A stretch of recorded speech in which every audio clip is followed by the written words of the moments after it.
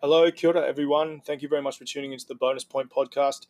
Once again, my name is TJ Olsen, and before we jump into today's episode, I just want to thank our sponsor, Whalebird Kombucha. If you're looking for a craft kombucha in the US that tastes amazing but is still healthy for you, go check them out at your local Whole Foods, Air One, or other health food stores. All right, let's get into that intro.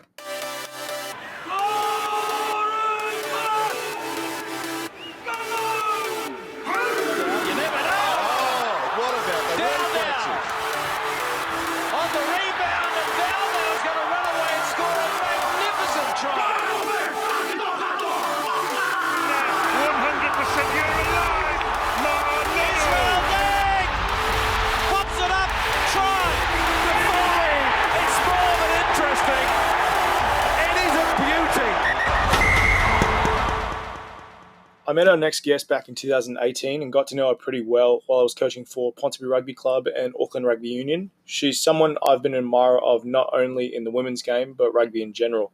She's a current Black Ferns player, current Auckland Rugby Union player, great role model for New Zealand rugby, and an absolute freaking beast on the field. Please welcome my guest at this time, Charmaine Mcmenamin. Welcome to the show, Charm. How are you doing? Hi. Yeah, good, bro. Thanks for having me on your podcast.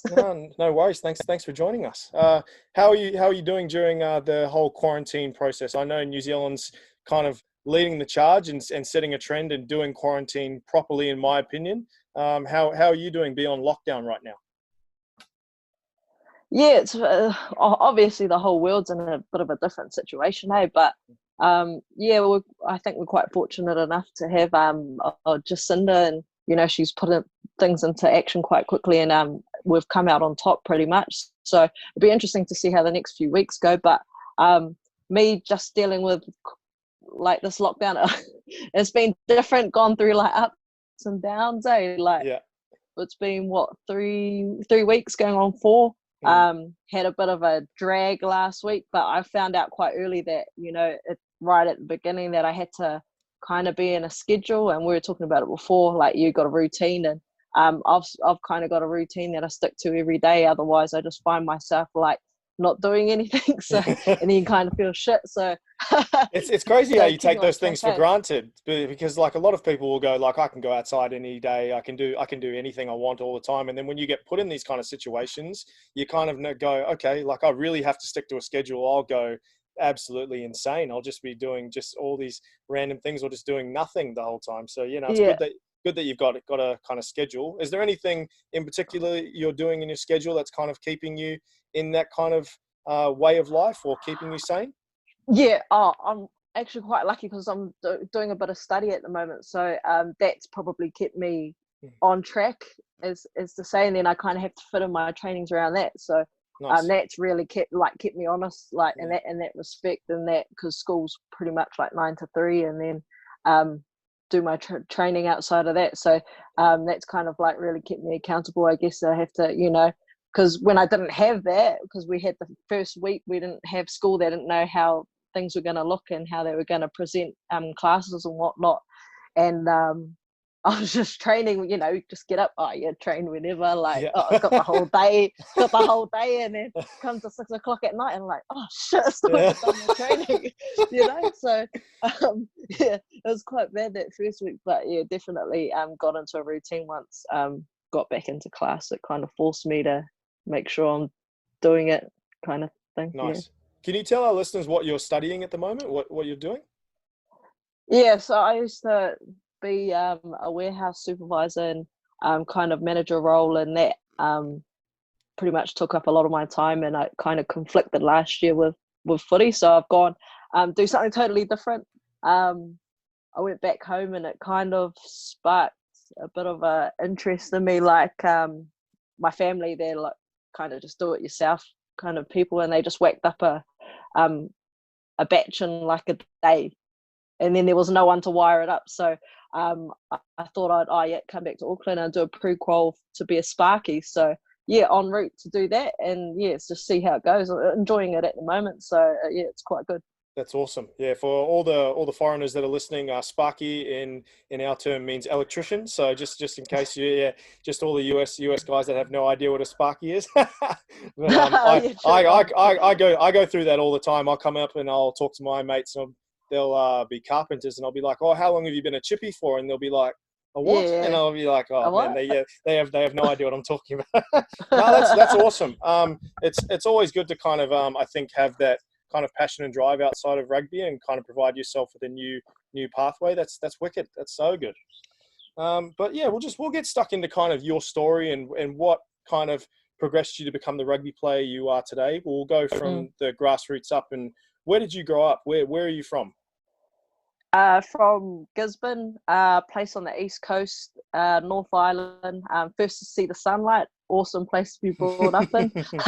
Nice. I wasn't born there. I was born in Wellington, and then we moved up there when I was about 8 or 9, and that was just to be closer to my nan and that, because we've got a lot of Māori land further north up in Rangatukia. So Dad wanted to be a bit closer to her, and the lifestyle was a lot better than being in the big city. So grew up, went to Hapara Primary School, Elminster Intermediate, and then just a good old Gizzy Girls High for high school. So that was kind of my upbringing, always with heaps of cousins, like on the farm and whatnot, just doing, go out all day, wouldn't even eat, have breakfast and that's it. You're gone for the day, go riding horses, go down to the river for a swim, and just muck around as kids and get lost for the whole day. And that was kind of my upbringing. It was awesome way to live. I think a lot of kids don't really know that kind of way anymore. Like I think it's more common in New Zealand, because obviously that's more of a common kind of practice, is go outside, be outside, hang out with your family, and do those types of things. But I think especially here in the US, or here in a lot of places in this kind of generation, not many people kind of do that anymore. So I think that hopefully this quarantine will kind of get people to realize, like, let's go outside, let's go do those things more often, and actually be more outdoorsy, go do those things. Because I loved that when I was a kid. It was awesome going outside. Yeah, 100%, bro. Like, it's all this now, on the game. Yeah, it's all that. It's either Xbox or phone. Yeah, it's all that. Getting the thumbs crazy. A good workout. No. So you're exactly right. Too, like this lockdown, even here you see a lot of not just see people exercising, but it's like now there's whole families going out on their bikes, and families of 5, and that's just real cool to see. So hopefully it goes back that way. That's what I'm hoping. I'm hoping it's not just a little stint where they go, I'll do it for a couple of weeks and then just go back to the regular ways. Okay, awesome. Well, that sounds like a good upbringing. Now we'll jump into kind of the rugby side. Is what brought you to going into playing rugby? How did you get into the game? I guess I was always like a footy fanatic, growing up. Dad played footy, so he played for Petone, and then he unfortunately couldn't play anymore. He just carried on, had to play or work, and it was, go to work, make money. So always been around footy, and I remember my earliest memories was going to club rooms with him and going to have a raspberry lemonade at the bar, and there's Hannah and all of them walking around, and that's my earliest memories of rugby, and going into the changing rooms with them, and lit a mint and smell that, and you kind of hooked. But I guess at high school. At high school, I thinking anything you can, and being from a small town, I played everything just to get away from home, or go on the school trips. But at the footy side of it, I guess I could kind of always wanted to play, but I didn't play till I was 15, I think. So it would have been 5th form or 6th form. Yep. So that's when I first started playing, and it was just to play with my mates really at school. One of my mates was like, "Oh, come play," And I was like, "Oh yeah, sweet." Played, and I was like, "Oh, this is quite cool." And back then there was some scary girls on the team. It's normally the 7th formers. Yeah. And they were pretty rugged, because it's Gizzy, and it's all. So you just kind of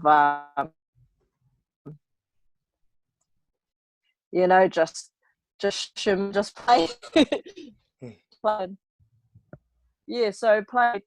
So they used to have a schoolgirls tournament, and then every year it was called the Hurricanes tournament. You go down and you play. And we used to be in Division 2, so that's how I kind of, I guess, got more of a taste of a competitive side. And we used to be pretty good for Division 2. We used to take it out every year, and then not quite good enough to be in Division 1 because it was like Wellington. Who else did you have in there? Manawatu, Hawke's Bay. But it was some good footy. And then the last year, I was fortunate enough to get picked for the tournament side, and we played a game against the Auckland region. Okay. So that it's pretty funny looking back. Like, it has the likes of, back then it had the likes of like Aroha was in there. Oh yeah, okay, yeah. Yeah, Eloise would have been in there. Te Kura, like, just all your mates you have. All the girls you're playing with now, yeah. So it's something, yeah. Yeah, bro. Wow. So it's quite like I wouldn't even have a clue on who they were like back then. But looking back now, it's like crack up. Kind of come full circle. Man, we played against each other. Oh yeah, hard. Yeah, that's good. Yeah, and then so that was it. There was no. We had like one women's team, like just this one random time, and we went and played in the Bay of Plenty comp, and that was just that was just mainly a piss up for the old girls, eh? Like there wasn't much to it. It was like I was just this young, this is a kid from school playing, and it's like, oh, okay, yeah, and they're just there for a piss up, but yeah. But that was like the one off, and there's not much footy outside of that because it's just such a small place. So once I finished school, that was pretty much it there. Okay, nice. Well, it sounds like you had a bit of an opportunity to still get a bit of an experience, and we'll kind of move on to the next topic, is getting picked in your Hawke's Bay Farah Palmer Cup team as a teenager. How was that kind of feeling? It was because that's my understanding is your first game with Hawke's Bay was how old were you? I don't even know. I think it might have been like 18, 19. Something like that, yeah. It wasn't. It's funny that that's down in the books because it was actually not even like I didn't even make the team or anything. They were just short on numbers. Oh, really? Yeah. Okay. I just happened to be there, bro. And I just, oh yeah, sweet. I have a jam. And, oh yeah. That was for this club and that club and. That was something similar. That was something similar that happened to me when I was a young kid. I went to I don't know if you know this about me, but I was before I even got into rugby, I was a water polo and swimmer, and I was playing a bunch of water polo when I was younger, and then I went to a tournament where my sister was playing in Australia, and I happened to bring my togs, and the region team that was in that area, I was 14, I think they were 18. They were like, "Oh, do you want to come have a jam?" And then I ended up jumping in playing for them, and that's how a coach saw me and I was able to come play. So it's kind of similar thing. It's just rock up, short on numbers. I'll come have a jam. That'll be good. Sweet. Yeah. So even though you kind of just were thrown in, it wasn't anything like. Yeah. Even though because you were kind of just thrown in, what was that experience like playing with like that type of caliber of rugby? I guess I've always enjoyed playing and just playing off the cuff like that and just rocking up and just jamming. So there were some big names in the team, and like I hadn't played that level yet, and for me, I just wanted to rip into it. Especially when you come up against especially when you see names that were like in Black Ferns and whatnot, and you're like, oh man, like this is like pretty cool, to be able to get that experience and that opportunity. Like, yeah, it's pretty cool. Nice. That's wicked. Oh, cool. Okay. Well, what kind of sparked your interest to kind of make the jump to Auckland then? Why did you make that choice? Well, I guess from an early age, like, I knew, like, I followed Black Ferns, and like I used to I was a hard out, hey, like, like I had at school, I had like written in this like book at the back, like my mum found it like a couple of years back, and it was like, that I wanted to be a Black Fern. So I always wanted to be a Black Fern, and I just knew that like back in the days, like majority of them were from Auckland. So my thinking was, to be the best, you got to play with the best, and that would be up in Auckland. So that was my thinking around that and my process around the whole thing. So I had a gap year because I was a bit too young. I thought I was too young to leave. leave home, but Yeah. wasn't 18 yet, so I was like, oh nah, I can't buy my own beers, so I'm not leaving home. Oh man. But yeah, and then I kind of I had an interest in like in physio, so I was like, oh yeah, okay, that like this is something I could do, and went up and studied, went to AUT, done 2 years of physio, and then when I come up, I was just going down to the McDonald's to like go get a feed, and it's right across from Takapuna rugby club. Yeah, so I was just walking down, and then I saw these people like throwing a softball around, and I was like, hey, I'm so confused, like this is a rugby club, like why are they throwing softballs around? And I was like, oh, should I go ask? And then I was like, nah, too shy. And then I just walked in, and I was like, oh man, like I'm a little bit confused, but are you guys like a rugby team or like what? And they're like, oh no, yeah, we're playing rugby, we're just mucking around throwing a softball. I was like, oh me. And I was like, oh, and they're like, oh, we need numbers, so yeah, come play. And I was like, oh yeah, sweet. So that was me, and I rocked back up, went and got my boots and came back down, and then yeah, played there for my first year. Oh, so that was your first club in Auckland, was it? Was it for Takapuna? Yeah. Okay. Yeah, and that was in like Division 2, so they had 2 divisions then. Oh, okay. Yep. Yeah, so we were in the second division, and that was cool. Like, it was some pretty good times there. It was pretty crack up. So you get the Navy lots, and a little bit of party animals. Yeah, no, it's a good town, Takapuna. It's good. It's good fun. Yeah. Yeah, no, that's good. Yeah, so that was kind of my thinking of moving to Auckland. So that was what 2000. Yeah. Mm-hmm. 2000. Yeah. Okay, nice. And then when did you make when did you make the jump to Ponsonby? So it would have been that year. That was a World Cup year. So all the Black Ferns were out that year. Okay. And they normally had FPC. I can't even remember what it was called back then. But they decided to can it that year because they didn't have any of the big names there. So they decided, oh, it's not worth it. So we'll just have this tournament where we rock up to Taupo. All the teams rock up to Taupo and they just play and then go home. So we've done that for like 4 weeks. So yeah, pretty fortunate. Like got picked for that. And I think I might have been the only one from the second division that got picked.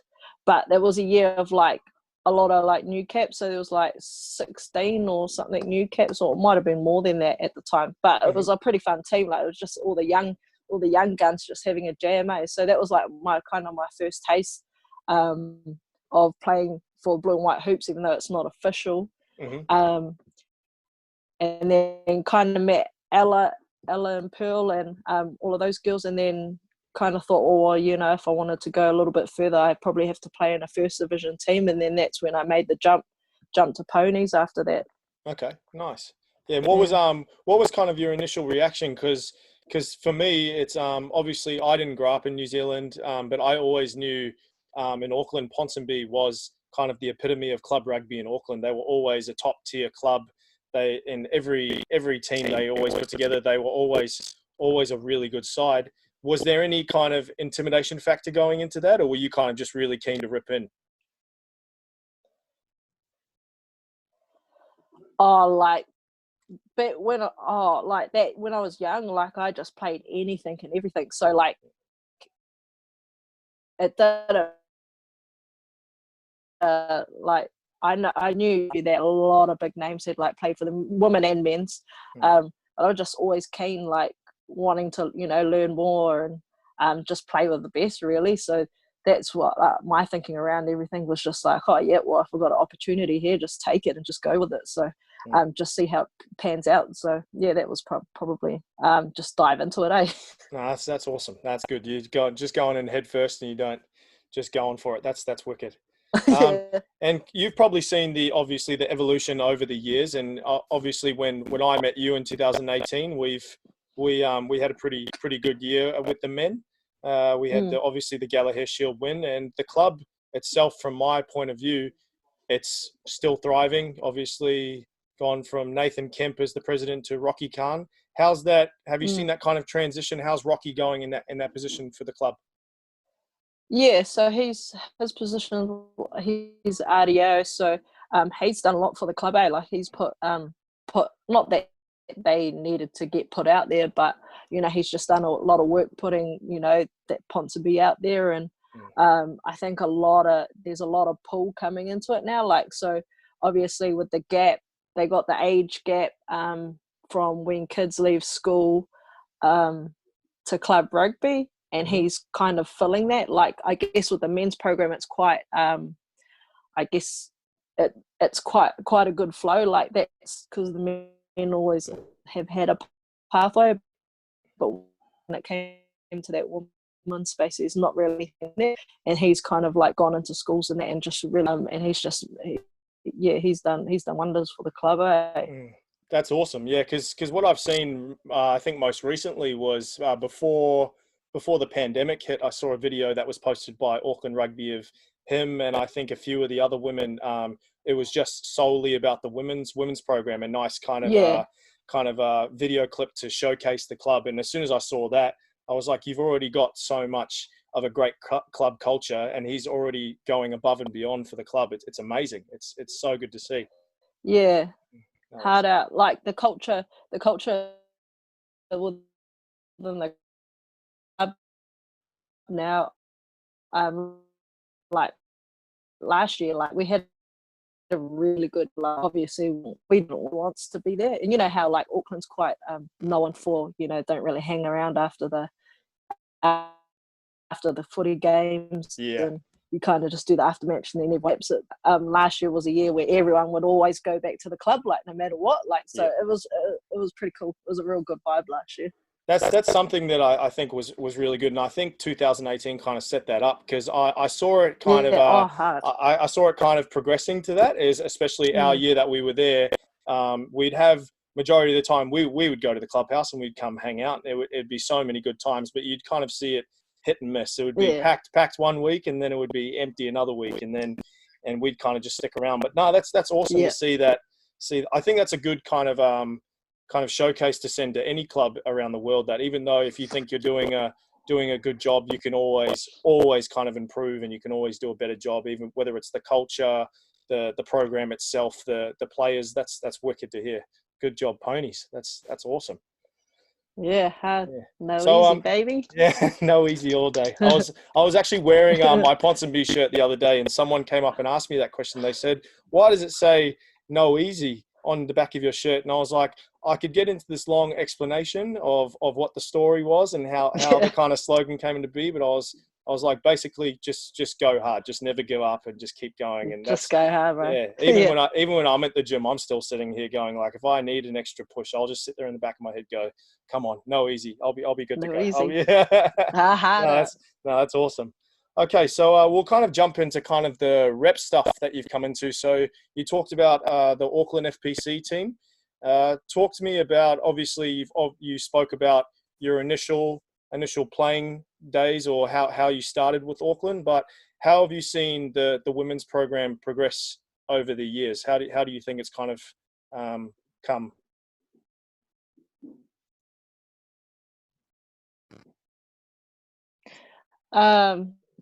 I guess with Auckland, it's a bit funny. Like I said before, like they had most of the Black Ferns back when I first started playing provincial, and it was like quite it is a prestigious province, and like, bro, it was scary. Like the next year when World Cup, like the Black Ferns came back from World Cup, like majority of the girls like walk into the change room and it's just like dead quiet, and it's like, oh, just like sink into the corner, like don't say anything, just bro. If you were like being an hour early was like late back then, so it was like scared.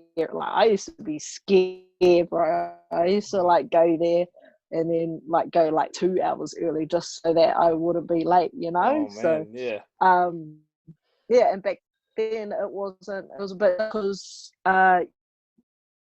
you had no Waikato, no Manukau, no, so Auckland was made up of all of those provinces, so that's why it was such an elite team, and so hard to get into. So like I was pretty stoked that I had made it back then, like looking back now, that there's a lot of big names in the team back then when I first started playing. Going through it, obviously, that kind of just carried on, and the Auckland way. I guess we didn't like the culture. Like it was just unspoken of. Like people just knew when you were in the team. But I guess as the years went on, we didn't really work on our culture, and then you saw that we ended up dropping off, and then finally losing in the final. And I guess that was kind of like a bit of a wake up call. And then we tried the next couple of years, and then it just wasn't happening. And then that shocker of the year last year.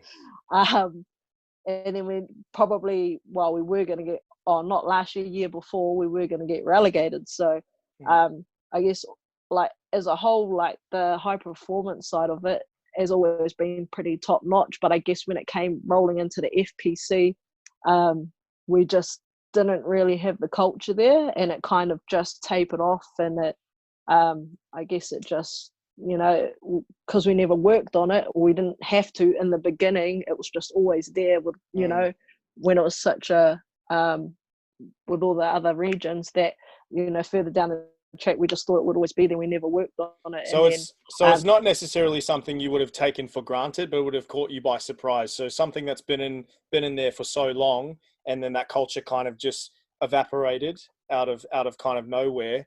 It's something that kind of has given you guys that wake up call and has kind of led you to kind of think of, okay, now we have to reinvigorate that culture. Is that kind of something you'd say?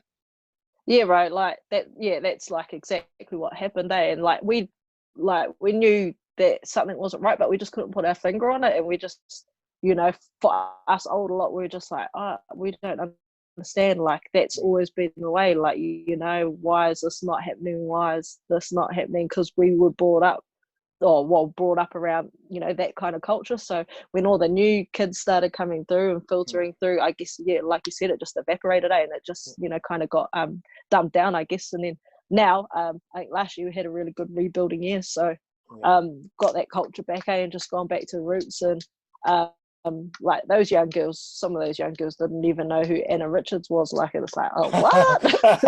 They didn't know who Anna. They're like, who's that? Yeah. So I guess we've just done a lot of team building around some of the legends that played for Auckland back in the days, like Rochi, and just a few other ladies. And it was really cool. So they came in and guest spoke, and we just had to do a bit of research around these women, and what it means to play for Auckland, and just try to bring that like mana back, and bit of pride in playing for the blue and white hoops. So it was a real good year last year, and like we had a lot of new caps, like that's all good. But I think that was amazing seeing so many new caps last year, like girls from the Auckland Thunder that had played in the previous year to coming to the Storm, or girls that I've just been seeing playing club rugby getting the opportunity to play that. I think that's awesome, kind of getting the new squad in, but still having girls like you and Eloise and girls like that to kind of lead the way and lead the charge and provide some mentorship as well. I think that's something really good that you guys have done. Yeah, bro, like it's definitely not easy having so many new kids, but it keeps us on our toes, and it brings just a different vibe and a lot of enthusiasm. And those kids are like, they are talented, man. They are fast, they're athletic, like it's unreal. Like it's just crazy the talent that they have. That's for sure. No, that's awesome. No, it's good that the Auckland's kind of coming out the other side of the tunnel, and they're on the kind of heading in the right direction. That's awesome. Yeah, no. So we'll jump to the Black Fern side. So can you remember your first test with the Black Ferns? Yeah, bro. Can remember it like it was yesterday. There you go. Talk us through that. What was your initial feeling going into that game? Do you remember kind of how were you nervous or just excited, or what was the feeling? I guess the feeling never changes. Always nervous, always excited. Like it's just it's an unreal feeling. Even now, like it's the same thing.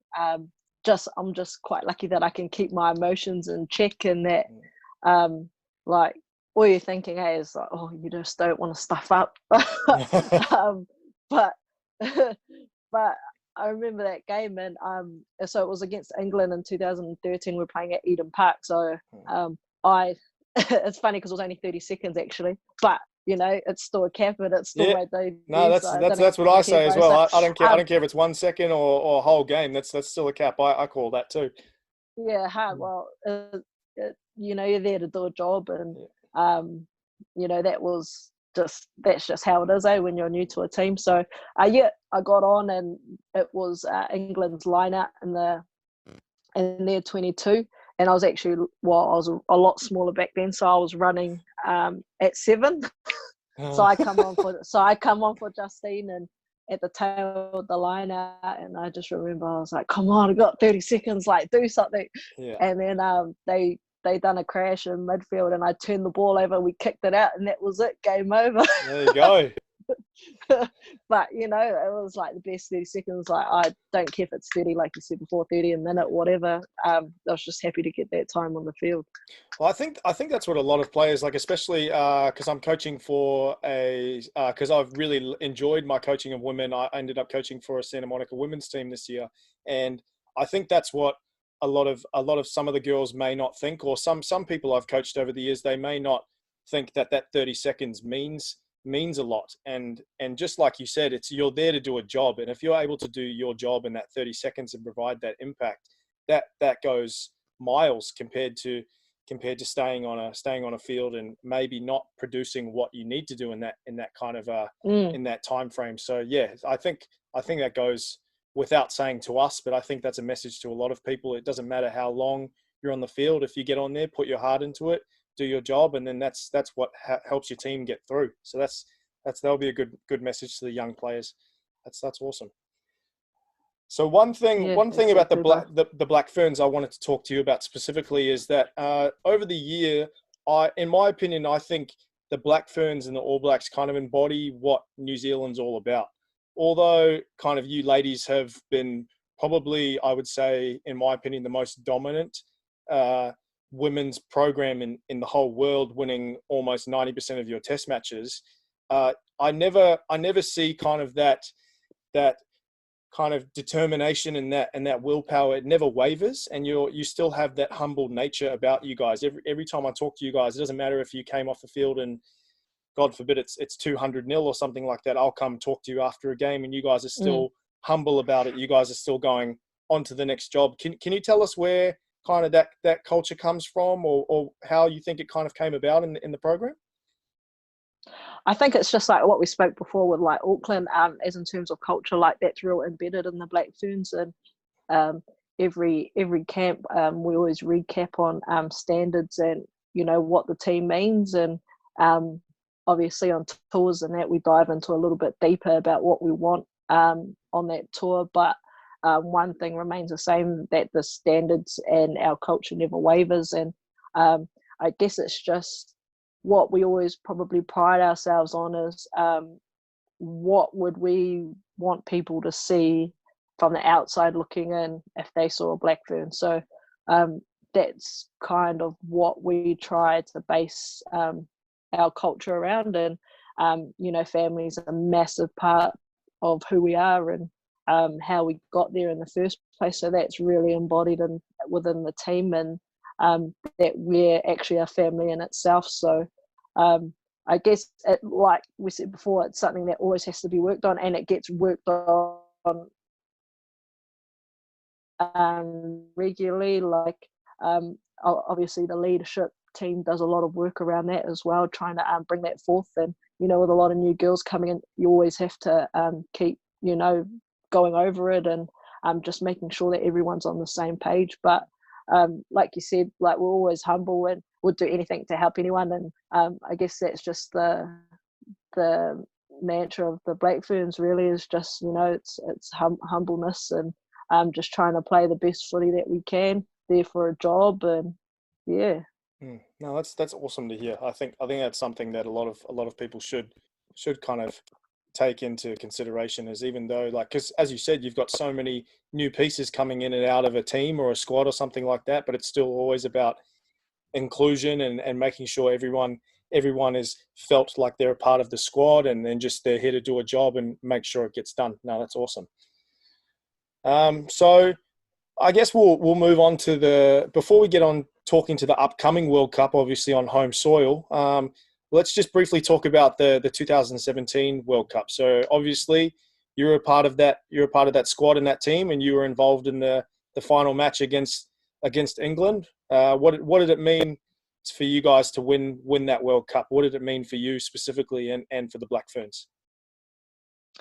I guess I was so I debuted in 2013, and then I done my shoulder. So for the 2014 World Cup, I didn't really get a crack at the squad because I was injured at trials. But I was fortunate enough that they went off the year before that. I got put on standby. So I actually got flown over for 2014 World Cup. Oh, really? Okay. Yeah, bro. But it was pretty much like, because it was Big Red's but last game, and she was never not gonna play, So yeah. I knew I wasn't going to be playing, but they pretty much flew me over, and then I was just there for the party for the last game. But I guess that was really hard going into that, because of the girls. Obviously, they had lost to Ireland that put them out. But it was a real somber going in there because the girls were just absolutely gutted. But yet they had to try, turn it around. And I guess going into the 2017 World Cup, like, that memory for a lot of the older girls was still there. Like, I wasn't involved in the matches, obviously, but seeing the hurt that they had gone through in that World Cup in 2014 was kind of like a redemption in 2017. And like, it was I guess rolling into it, like, obviously everyone goes there for the same purpose of wanting to win the World Cup, but there was just like a different, just a different mindset, especially from our older girls, to really drive it through that campaign. But I guess it's always, everyone's got a different road. But my World Cup, like, I think I was on the bench for the first game, and then I managed to train quite well, and then make my way into the starting squad, and then I just stayed at 6 through that whole campaign in the end. So I guess I kind of clawed my way into the squad and into the playing 15. But and saying that, like, regardless whether you're like on the bench or whatever, or even a DD, like, that's quite tough, but you still have a role to play, and everyone in that whole squad of 28, help to get that to kind of provide that World motivation. Yeah. And like, you can't do it without your mates. Like, like, you just got to remember that far. You're the 20. You're the 28 that are the best in New Zealand right here, right now, and you're helping to win a World Cup. Like, that's kind of the thought process around it. So, but yeah, it was awesome, bro. Like, I had my family there. It was just unreal way. Like, and the atmosphere, like, it was packed. Like, it was just crazy. I remember watching that. Can't even describe it, bro. I remember watching that game live, and I was sitting there going, "Man, like, you can't see an empty seat in the house." Like, I was trying to find one, and that's kind of it's sad to say, but it's with a lot of women's games. If you, like, for example, when I came and watched you guys play the Wallaroos at Eden Park, they wouldn't necessarily pack it out before the All Blacks game. There'll be a decent showing, but it'll never be full. And seeing that. And in regards to women's rugby, I was buzzing on that. That's so good to see. Yeah, It was unreal, man. And like, it was just because obviously that was probably would have been definitely the biggest crowd I played in front of. But it was just so cool. Like, even though, because we were pretty much under the pump that first half, and I guess that whole time that we were together, we were just quite confident in each other's abilities and what we had been training. And it was real funny because I think people thought we were down and out at halftime, and then we'd come back a different team and a different. That seems to be a recurring theme for the Black Ferns. Hey, it's like it's something where I'll see you guys play matches against a lot of sides, and you'll be neck and neck for that first 40, 50 minutes. And then that last 30, it just shows your endurance, because you guys will just come back and you'll smack them another 20 points. It's insane. You're always ready to keep going. Yeah, hard out, 100%. do you guys, or you personally, do you have a favorite memory of that tournament besides winning the World Cup, or a favorite kind of team that you played, or?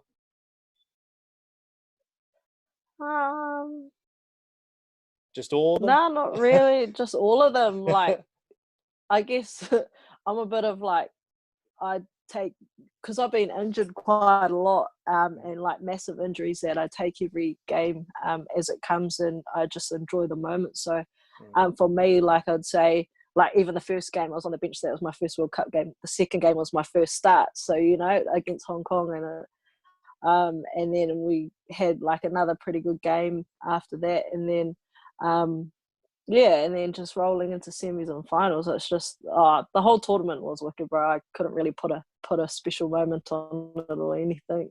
That's awesome. No, that's good. I like that answer. Okay, so we'll jump to the kind of the most important topic. Is obviously we know that the World Cup is coming up in New Zealand in 2021, and told you that I'll be heading over there to kind of cheer you guys on and bring over some tour squads. But how excited are you for the World Cup to be on home soil in New Zealand? Oh, we're pumped. Like, there's nothing better than playing at home. Like I said, I was fortunate enough to debut at home, but a lot of the older girls, a lot of them didn't debut at home. They, you know, they're always traveling. So having the World Cup here, in New Zealand being such a massive, I guess rugby is, you know, the heart of NZ, and just to have, you know, all the teams come over and play a World Cup here would be, it's just going to be unreal, especially with our family there. Like, our family get to obviously hang out with us and come watch all our games, whereas in the past they've always had to travel, I guess, and it's always been like a money issue. But having it here, it's just going to be unreal, I reckon. And correct me if I'm wrong, is it the games are in Auckland and up in Northland as well, or is it just mainly in Auckland?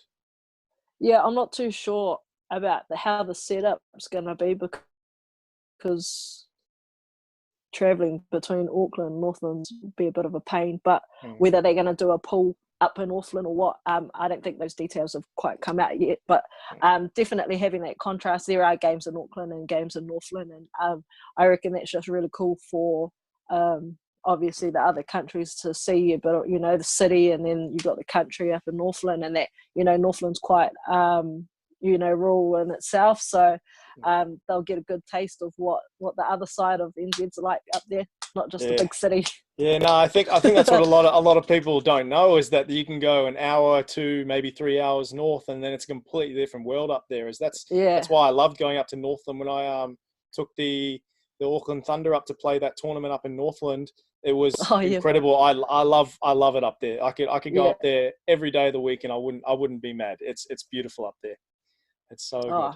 Hard out. Yeah. No, that's so awesome. Good. Well, I'm looking forward to seeing you guys play. It's gonna be a kind of an interesting one, seeing how big of a turnout we get from everyone. But we'll talk about our last topic is with the last time I saw you in person was the San Diego Super Series. So how was that coming over to obviously a completely different continent, coming over to America and being involved in a 5-team women's Super Series? How was that?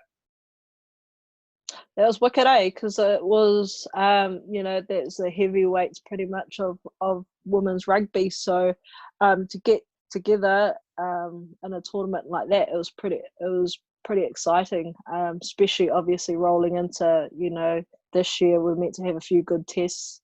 Unfortunately, not so much now with the coronavirus going around, but you know, that's just good time on the paddock against some quality sides before rolling into World Cup. So I reckon that they done an awesome job. It was blimmin' hot. Like, never played in that heat before, bro. Like, it was tough. I just remember that first game, and I was like thinking, "Oh my gosh, the heat, the heat." Yeah, it's definitely something that I realized. It's definitely something that I realized moving out in California. It's the heat is completely different, and then I was spoiled for weather when I was living in New Zealand for 2018, and then came back, and I was like, "Oh man, it's way too hot." So it's the heat out in Chula Vista was just so different. It was just like far out. Oh man! I just remember doing the review, and I was like, I couldn't really think because the heat was too much. Yeah.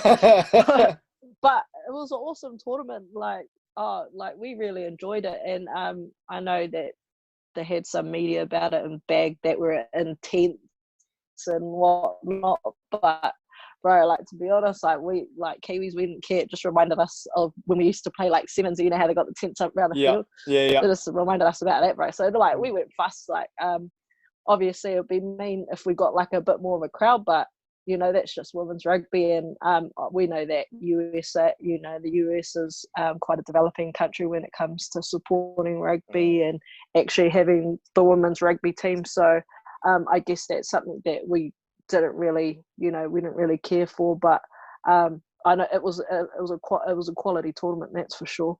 No, that's good to hear. Yeah, you are 100% correct. It's America is kind of still a developing country, but I think with the implementation of the Major League Rugby competition and things like that, rugby it's the fastest growing team sport in America. So it's good to see that there's so much interest that is just continuing to grow and grow, and hopefully you guys will have another super series in a couple of years, and then we'll kind of triple those numbers, and we'll get people to come out and check out those games. So they'll be wicked. Oh, bro, I'll be sitting in the stands with you next time. Nah, you got some tread still on the tires. You'll be okay. You'll be okay. Man. Wheels are starting to fall off, bro. Oh man. Okay. Well, yeah. No, I think we covered all our topics, but obviously it's called the Bonus Point Podcast. We got a bonus question for you, and this one's going to be a pretty interesting one for you. So, we're obviously in isolation. It's a pandemic, and we're stuck inside, especially in New Zealand. You guys are staying inside unless you have to go outside for groceries or a doctor's appointment. So you've got an isolation house, and you have to choose 4 people in your house. And the rules are you have to have 2 people that have had international caps for 15s, and then you have to have a 7s player who's had an international cap, and then you have to choose a former, not currently playing, a former cap. So you've got 4 people. So 2 current 15s players, a current 7s player, and a former test player in your quarantine house. Jeepers. I told everyone I'm gonna put athletes on the spot on this show. They're not gonna get off easy when they come talk to me. They don't have to just be Kiwis, eh? It can be you can do wherever you want. It can be the whole world. Yep. Okay.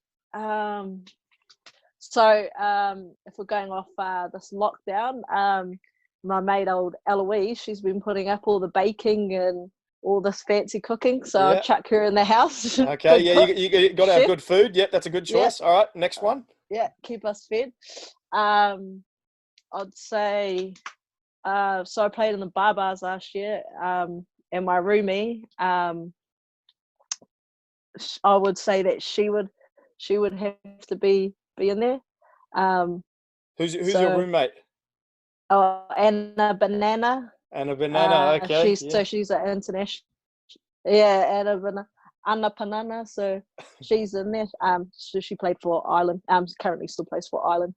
So she'd be in there with the entertainment. Nice. What was the next one? So we got a 7s player, and then we got a former test player. So any 7s player, doesn't matter what country or gender. 7s player.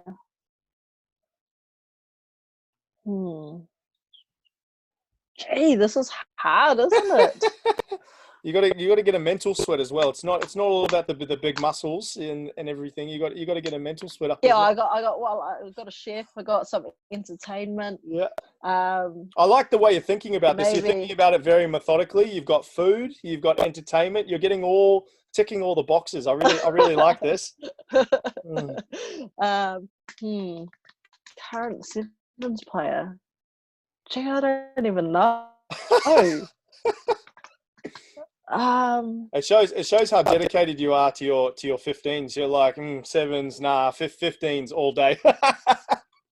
Yeah. Oh, far out. I just don't know. All right, we'll go. Maybe I'll just chuck Rubes in there because she's a bit of an entertainer too. So you wouldn't go. I mean, you wouldn't go bored with having her around. I saw her in Vegas after they won the sevens and on the stage and she's a good old time. So she'll keep you nice and occupied. Okay, and then I was thinking of a boy for a bit of eye candy walking around the house, but I just gotta. Well, you can do that. I just couldn't think, bro. You got your last person. So you got a former international cap sevens player. So you can choose some eye candy, or you can. Oh yeah. A former sevens player. Oh no, former. It doesn't have to be 15s. It can be sevens. It can be whatever. Okay. Former. Yeah. This is gonna be the eye candy. Tato Latimer. Yeah. Okay. All right. I'll pay that. Yeah. Just walk around and just stand around with man. Yeah. No, I think that's a pretty solid house. I might make this a recurring question and see if I can get other people's answers. I'll see how I go. Oh man. Yeah. See how they think. Eh? All right. Well, before I let you go, is there anything you want to kind of share to any up and coming players who are kind of looking to play either rep rugby or have aspirations to play international rugby? Anything you would tell them or tell your younger self that you would probably say?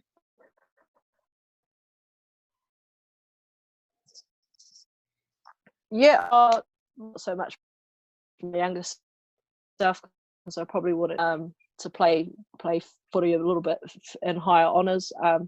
Just that everyone's journey is different. Like my journey definitely wasn't smooth. Like I had a few bad injuries and